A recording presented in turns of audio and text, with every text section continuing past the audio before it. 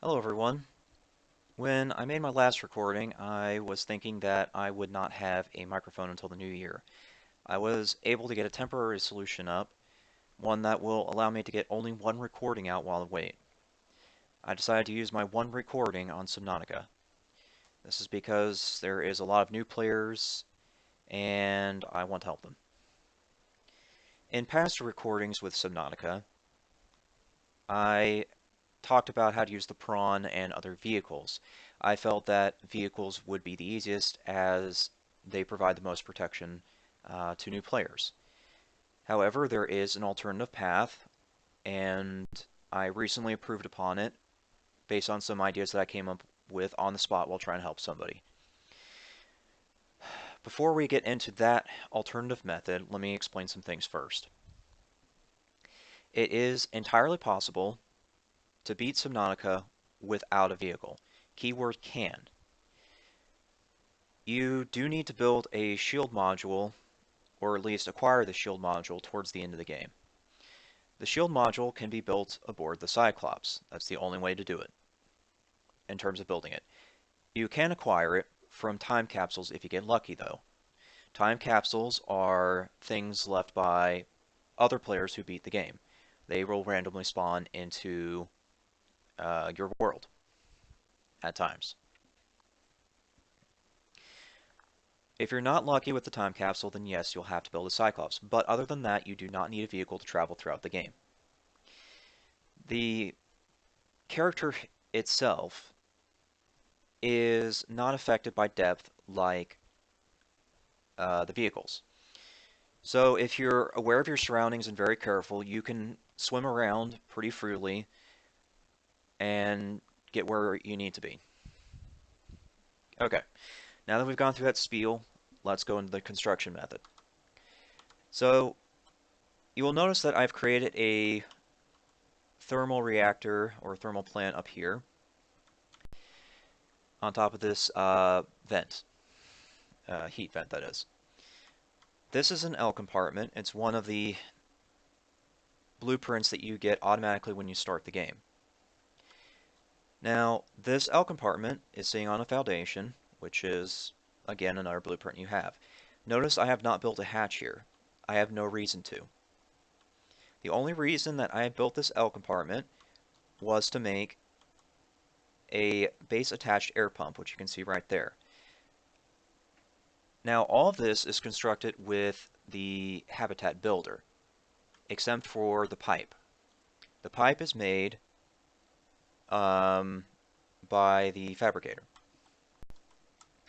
You get, I think, 5 pipes for every 2 titanium. Now, this construction method allows me to essentially get oxygen right here. As you can see, I'm refilling. I'm at a depth of about 841 meters where there's no sunlight. So that's why I need the thermal plant. This is the Lost River biome. You will see it in my previous Subnautica recordings. So if you can construct L compartments with this base attached air pump and a pipe with a thermal plant down here in the Lost River, you can essentially create a network of oxygen so that you can continue running without the vehicle. Now this is location 1 I have kind of noticed as a feasible spot for it. You'll notice that the acid waterfalls are right behind me over there for location reference. Now the other place that you can go for a thermal pipe or a thermal plant is all the way in there where you see the blue tree. We'll go over there right now once I figure out where my... There it is, sea moth. So, we're going to go all the way over here to show you where the other thermal is.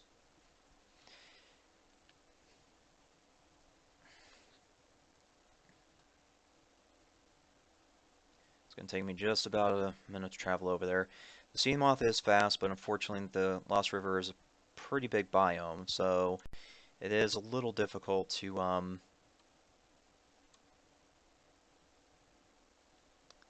get anywhere quickly. Here we are.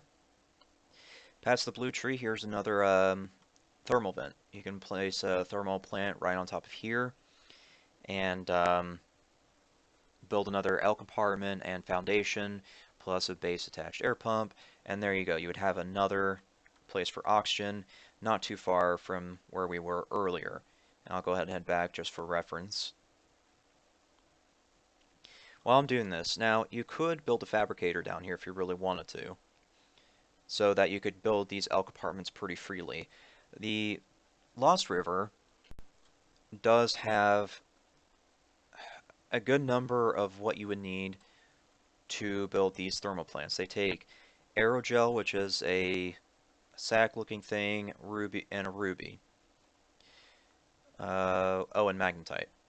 Yeah, because you need the aerogel, which is sac and ruby, and then you need magnetite on top of the aerogel. I believe that's how it goes. And you can see that there are rubies located all throughout this place. The sac should be around here somewhere. But, yeah.